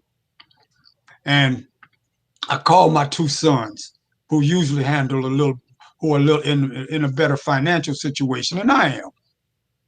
And neither one of them could respond at that particular time. So I called Jim. I said, Jim, this is a situation. And he said, what you need, Doc? I said, I don't know. I'll wait for Gail to come in. When Gail comes in and she tells me, I'll let you know. So Gail came in. I called him. I said, this is what I need. He said, it'll be there tomorrow. I'll tell Monique and it'll be there tomorrow. So I got it. It was kind of a nifty sum. Took me 17 months to get it back. But I want to share with you the relationship and experience I had. So Jim is coming into Newark, talk to the mayor, and he and I are involved in a program together. And I go pick him up at the plane. But when he made the gesture, and this is what I said, man, I really want to thank you for doing what you did. And he said, okay. And then I said, I opened my mouth and he said, hey, Doc, he said, there don't need to be no more explanations. He said, we don't have to have no more discussions about that. He said, because you qualified. You qualified. We don't have to have no discussion about that. So I pick him up at the airport about a month later, and I'm telling him, I said, well, man, he said, I told you, man, we don't have to have no discussions about that. He said, I already told you. He said, because if I didn't want to do it, I wouldn't have done it. Period. So you don't have to be over mindful of the obligation. And basically what I'm saying, in what I think I'm trying to get to what the young lady was talking about, we got relationships, man, that goes beyond that individual, all-American, I'm strong, I got to do this, I got to share this. We are here. What makes us strong is that we share and help each other without taxing each other or without making them feel that there's some guilt about the obligation. If I don't have 50 cents, then I shouldn't be ashamed to go to Toussaint and I need 50 cents. Right. If the relationship is pure.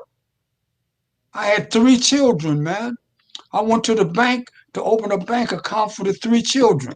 I get to the bank and the bank manager comes out and brings me 3 books, saving books. I said, what is this for, man? He said, this is for your 3 children. I said, I don't need but 1 book, man. Why do you only need 1 book? I said, because these 3 children function as one. If it's $1,000 in the bank account and any one of them need it, they go get it. They don't go get a third. Mm-hmm. They get the whole thing because they need it. Darren knows, Sharon knows, and Monica knows that what they're doing is that they're functioning and operating as family. Nothing's more important than family and community. And we're losing that in our families, and we've lost it in communities because we live in neighborhoods. We don't live in community, man. We live in neighborhoods. I said this to Herb, and this might have been years ago when I said this to Herb. And I'm making the same argument that you're making here, is that we don't have communities, and I argued that we really don't even have family, and I prefaced it by saying, think about the holidays or Thanksgivings or Christmas when the family would galvanize and all gather together. Now, because so much wealth has been extracted from our neighborhoods and our communities, no one can afford to house a dinner for the family. You know what I mean? And we don't operate in the spirit of the collective where everybody brings, a pot. Right. So what happens is, instead of, changing the way we think about the concept, we just stop doing it. Grandma not here no more. I think after, I'm 40. So I'm 45, but I think after my grandmother's generation, like I even look at my aunt, she tries to hold the family together in the best she can. Firsthand, whenever my aunt calls me, I'm answering that phone. Yeah, for sure. She's been the matriarch of our family. For sure. You know what I mean? For sure. But I also know that I've been blessed to have that, because most of my homies and the people around me don't have that. You know what I mean? And you can see it in how we communicate. Sometimes your family, you can't even trust your family. Those kind of, I've never been in that mentality. No. Right? Which is, i.e., why I always bring us back, even in the context of race, and I'm going to fight for the race of us because I love us.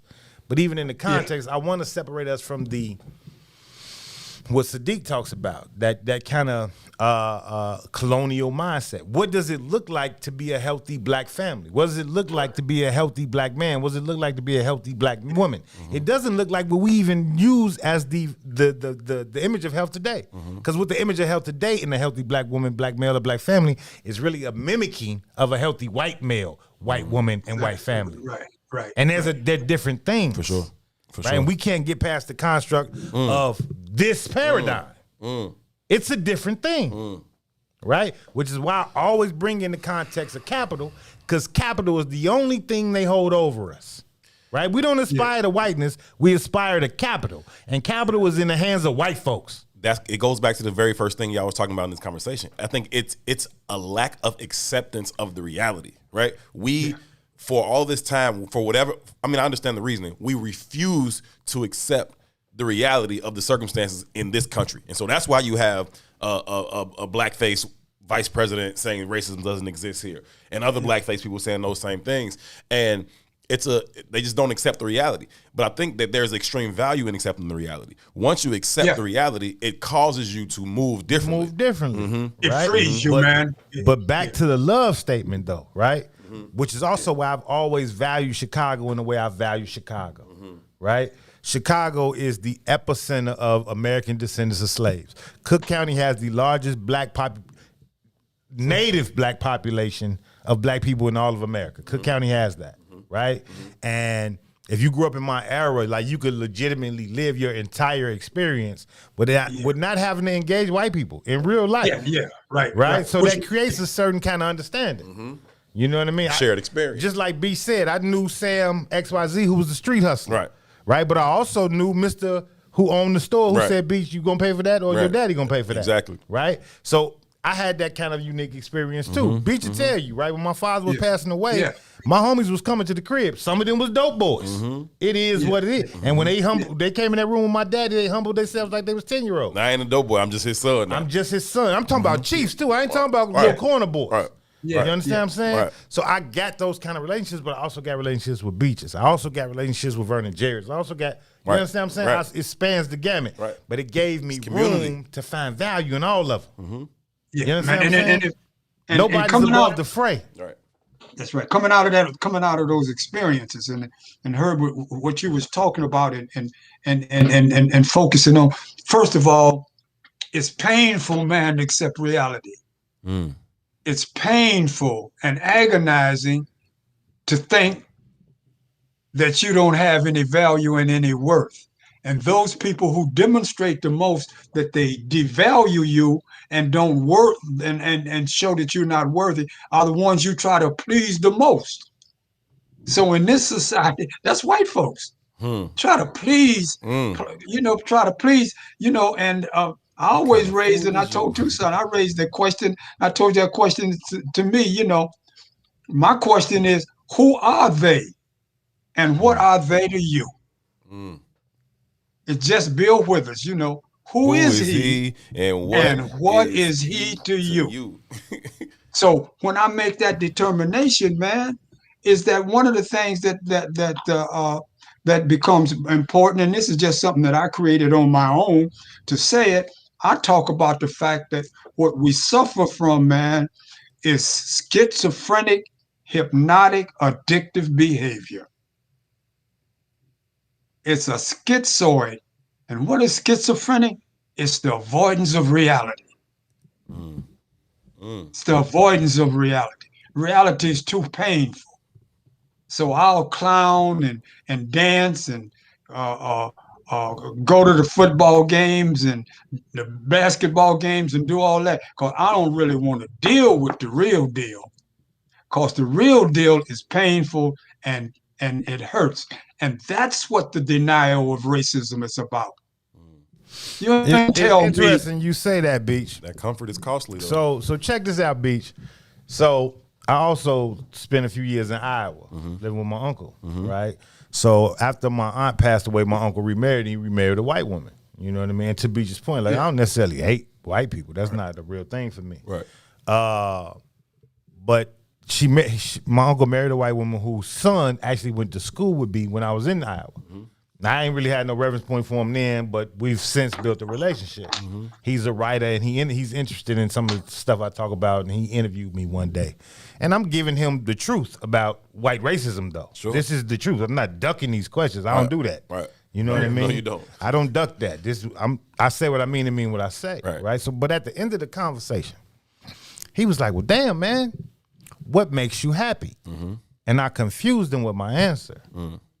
And I said, oh, man, everything makes me happy. Because I'm not under the thumb of your ideas to define me.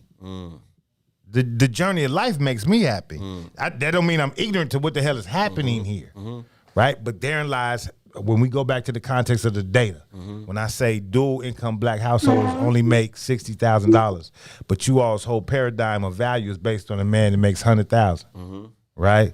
Or when we get back to the housing issue, when we get back to the political, when we get back to us being at the bottom of every metric, how do these aspirations define you when you're at the bottom of every one of those metrics? You can't depend on that kind of stuff to make you happy because clearly we don't have that stuff. We're not in that world. Right. Right. No, and also drawing a distinction between not a serious distinction. There's a difference between happiness and joy. Because happiness is what's happening, but joy is a continual expression of my being. So I'm always joy. So when but if I hit the numbers, I'm happy. Right. That's gonna be gone in a couple days. Yeah. But my life experience is telling me, man, it's more than this. It's more than this. It's more than this. It's more than that which you can acquiesce. And at this point, I'm at a point in a stage in my life, man. And when I'm talking to you, you see where I am right now in this room, in that closet in there, man. 15 suits. Do you understand what I'm saying? What kind of madness is that? What kind of madness is that? That at a point in my life, I had to acquire 15 suits. And I don't know how many pair of shoes, spectators that matches and ties and shirts. So a brother the other day, he came in here and I gave him a whole lot of stuff. And I'm saying, I never needed it. But at this point in my life, it becomes a form of, and the last poets who I always love, it's madness. It's madness, man. And until we begin to try to understand is that what you need to acquire is the respect and love from those who are around you. But I want to put this in perspective, Beach. Beach just said 15 suits, right? And he's saying that like that. Like it's a humongous number. Too much. Right. I'm with you. We're in a society now where we're talking about 1,500 suits. 50 cars. Right. Yeah. Right. You understand what I'm saying? It's like hyper. Right. So that creates a behavior set too. Yeah, no, you got people who genuinely don't believe that you should wear something twice, right? Especially in this social media age, right? It's like, oh, I already posted that, I can't wear that again. Are you stupid? Yeah. I bought that. I'm going to wear it whenever I feel like wearing it. And those are poor people. Yeah, absolutely. Yeah. Right. Yeah. Absolutely. But you're seeking this happiness from somewhere else. Oftentimes people ask me, you know, how I'm doing, how your day going. And I often say I'm excellent. I ain't had a bad day yet, right? And a lot of times people will look at me when I say that and they either think I'm joking or they think I'm being super, super arrogant. And it's neither one. I'm not joking, right? And I'm also not being arrogant. I'm not being naive to the issues, or I'm not saying I had no complications and all that, but bad day, like somebody right now is having a bad day. It ain't me, right? Do I got some stuff going on? Do I got some issues I'm dealing with? Absolutely, I got some stuff I'm dealing with. But it ain't really touching my joy that Uncle Walt was talking about on the inside, right? Am I unhappy about some stuff? Yeah, I'm unhappy. That's temporary stuff, right? But my joy is in here. I ain't had no bad days. G. I didn't have some challenging ones, but man. And who is it? And it wasn't the Sly in the Form Family Stones. What we talking about, man? And then I love the line. It's Sly one of the songs. He said, "I want to thank you for letting me be myself again." But from a spiritual standpoint, there's another way to look at that too, though, right? It's all about appreciation. Even the negative. Even the negative is about appreciation, right? So that's part of the conversation I always have about relationships, right? We come in and we'll say, my partner is this, my partner is that. No, what that partner is a reflection of you, even in the negative. So that partner showed up to grow you. So even the negative becomes a positive if you accept it as is. It's to grow you. You attracted that energy to grow. That's right. Your person. You. That's right. So you can prosper. I don't share this with you about my wife, man. Before we got married, and we dated a couple times, and I said, she called and she said, "What you doing?" I was in Brooklyn, and I used to go to, I do Tai Chi and Kung Fu and all that. So I'm saying I'm going to see a Kung Fu movie. So my wife, at this time she wasn't my wife, Gail, said, "Well, I'd like to join you to the movie." I said, "But Gail," I said, "you don't like the Kung Fu movies." And she said, "You're right. I don't like the Kung Fu movies." She said, "But I like you." And in our relationship, as we developed and used to go out, she loves the dance. Well, I don't like to dance. So our relationship is, I said, because she made that gesture to me, when I take her out, I have to dance with her. So when we go to a place, the first dance is mine and the last dance is mine.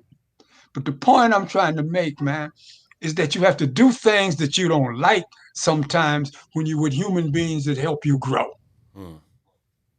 So my son said to me one time, "Daddy, I don't like what Mama's saying and doing in this situation." And I said, "Okay." I said, "But what did you get out of that?" He said, "What you mean what I get?" I said, "Didn't you tell me you didn't like what she said and done? You know." He said, "Yeah." I said, "Then you must have got this lesson out of it." He said, "What lesson?" "The lesson that you learn from that situation is what?" And he looked at me and he said, "No, I don't know. You're confusing me. What lesson?" I said, "The lesson that you learn is that you should not ever get involved of doing things that hurt other people. Because you was hurt in this situation, so you must always be cautious of the fact you don't want to hurt nobody because you know what it feels like to be hurt. You know what it feels like to be hurt.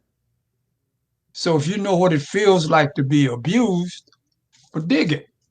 If you know what it feels like to be abused, you should not abuse another person. But who are the primary abusers? Those who've been abused. Who've been abused.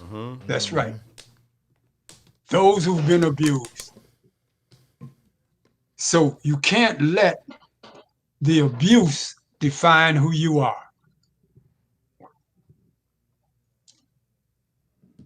Yeah, that's real. That's interesting, right? And I think it has legs. right? It's even that statement right there is so much bigger than just saying the physically abused or the mentally. Yeah, well, maybe not. No, it's the trauma that we all like. You've been talking about this for the past probably about a month or so. After Soul of a Nation came out, and they asked everybody that same question: when did you know that you were black? And it all came from a place of trauma. You know what I mean? It was nothing about no good. It was nothing healthy. But that's what you internalize. And we internalize that trauma is how we're supposed to respond to the world. Right? I don't have any value, i.e., until I reach said economic stature, till I have said address, till I drive said car. You know, my kids go to said school, right? So they can mimic white people too. That's really what it breaks down to. Yeah, too. You know what I used to do with our Reef? What's that? When our Reef was in high school, and he wanted to get them gym shoes. You know, they buy the gym shoes. And I take our Reef. We go to the shoe store. And when we get to the shoe store, I would go stand, you know, shoes would be from $1 to $200, right? So I'd go stand where the shoes were $20. And his mission was, if you want a shoes, you can't go beyond this where I'm standing. You can't go look at none of them shoes, because you ain't getting none of them shoes. And Arif kind of laughed. We laugh at it now. He said, "Pops, man, you used to have me wearing some cheap ass gym shoes." So I said, look, not only did I want to address the fact that it was economical feasible for me to be there in that situation, but I also wanted to instill in him, he didn't necessarily need to create the desire to have a Jordan set of $200 gym shoes. Yeah, that's not where your value comes from. Yeah, and you can't even pay your rent. You got a Cadillac outside, and you can't meet your mortgage payments. But see, that's what that stuff does to you. And I go back with it. But if we can ever remember and try to revert to the post-colonial conditioning. In fact, even when we look at, and I think what y'all was saying, even when we look at slavery, man, when we look at slavery, man, you got to look at Sojourner Truth, man. She said, even this is bad, but we can beat it. We can beat it, you know. It's that audacity. You got to be crazy enough to think that you can change these circumstances, no matter how deep they are, no matter how old they, you know, how long they've existed. It's like you can change it if you believe it. And I'm just crazy enough to think that we can do that. And you know, and I think it comes from the alternative just being unacceptable. You know what I'm saying? I think it's living in the nuance of the situation. Right? Like speaking of beach, thinking about my dad, thinking about myself.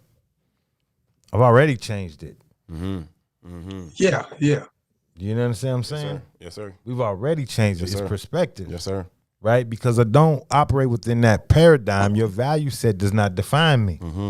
Now, how you view me ain't my business. Ain't got nothing to do with me. No, ain't got nothing to do with me, man.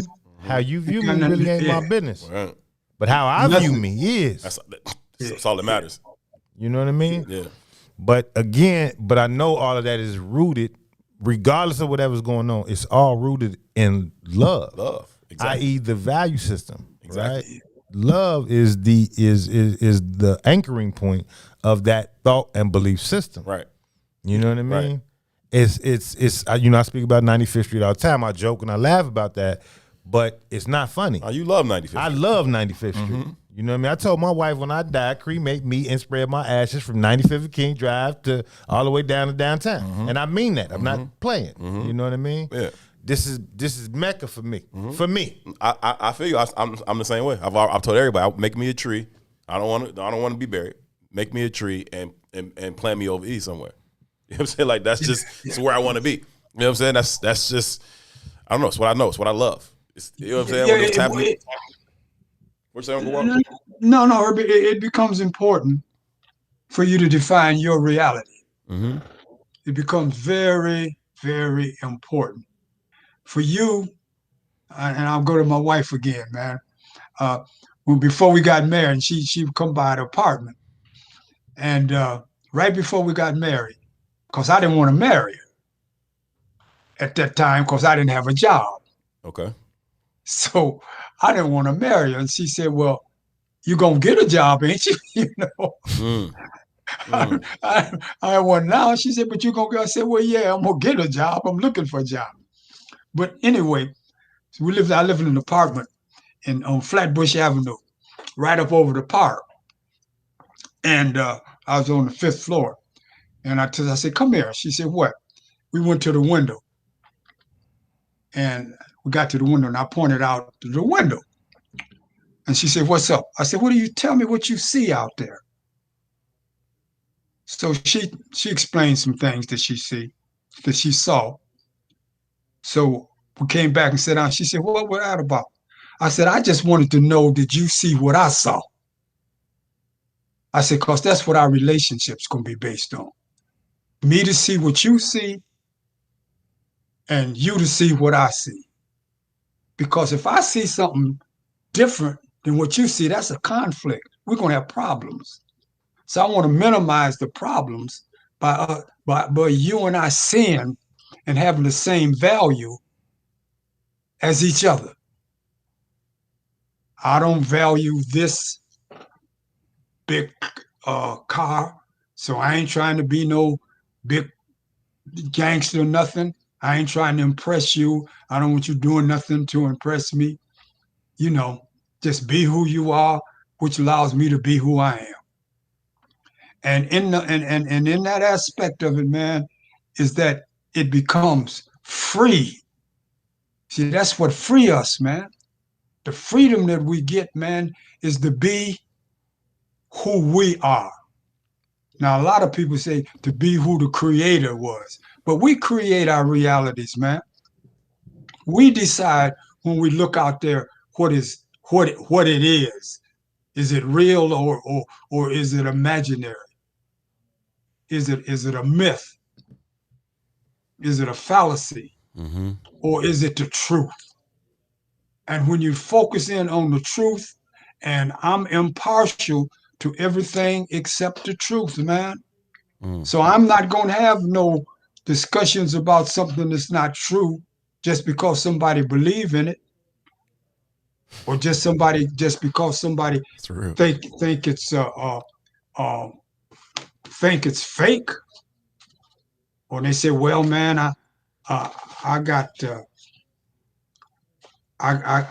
a belief system, and I got faith." Do you want to know what faith is? Now I want to share something with you. I think I got it right here. Here it is here. Now y'all just follow this for a moment. The truth about faith. This is the truth about faith.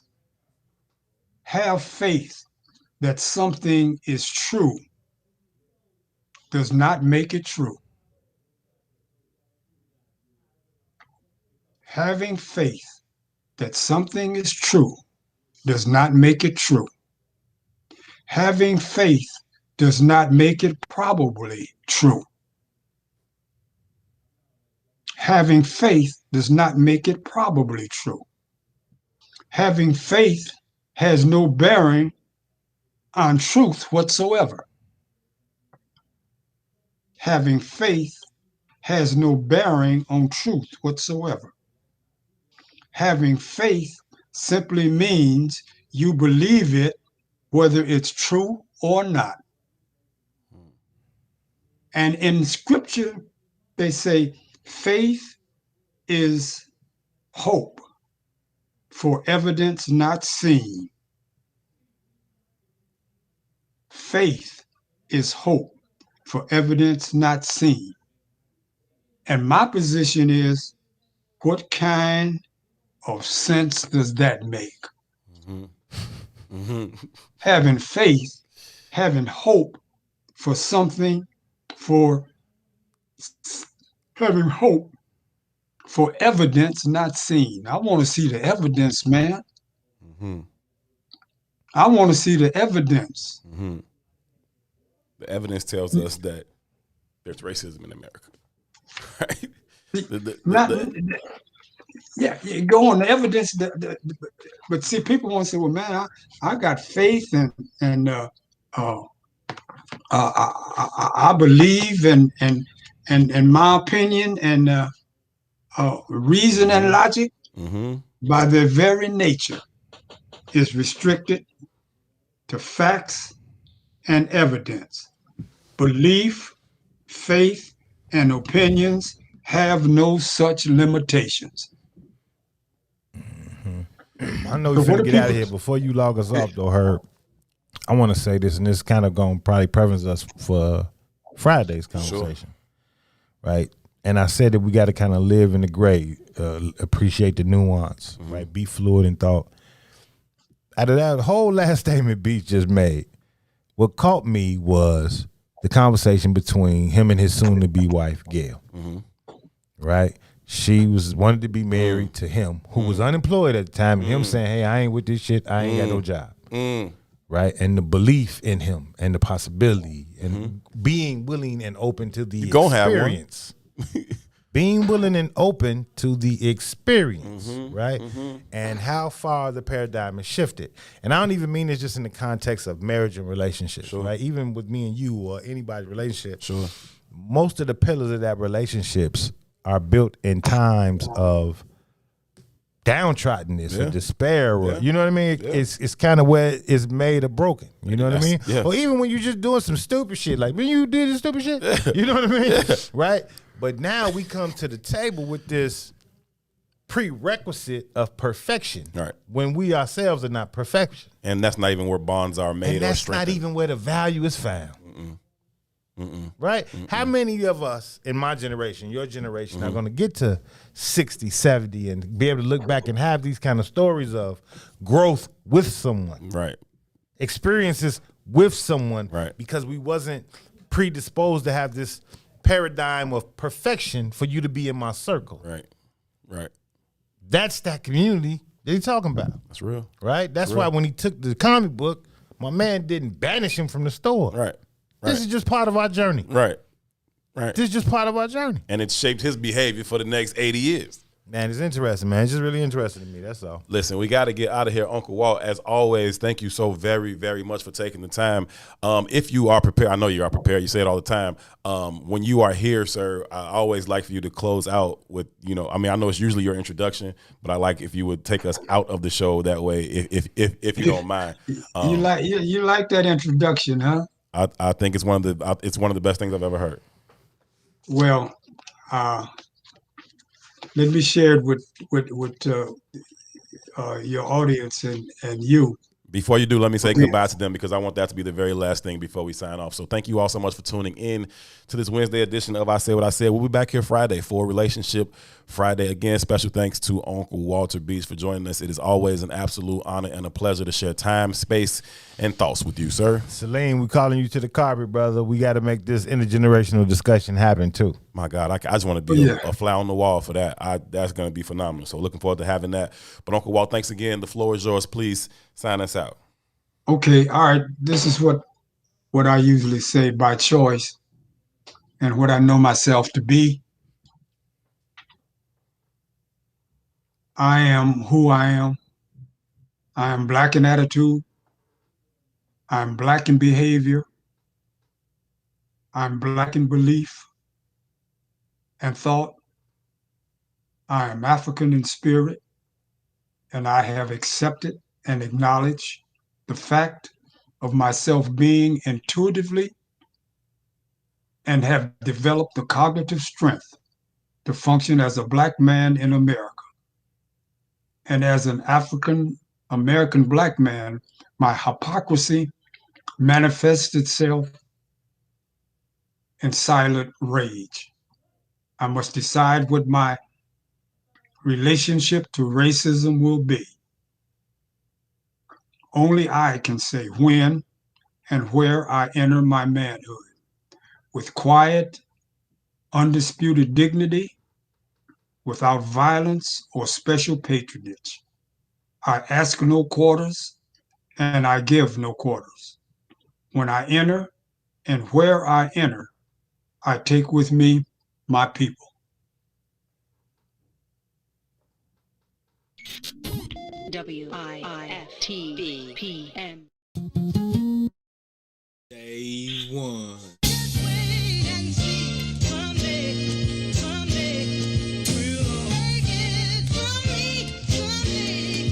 Yes, sir, I like how that sound right there, man. You know what I'm saying?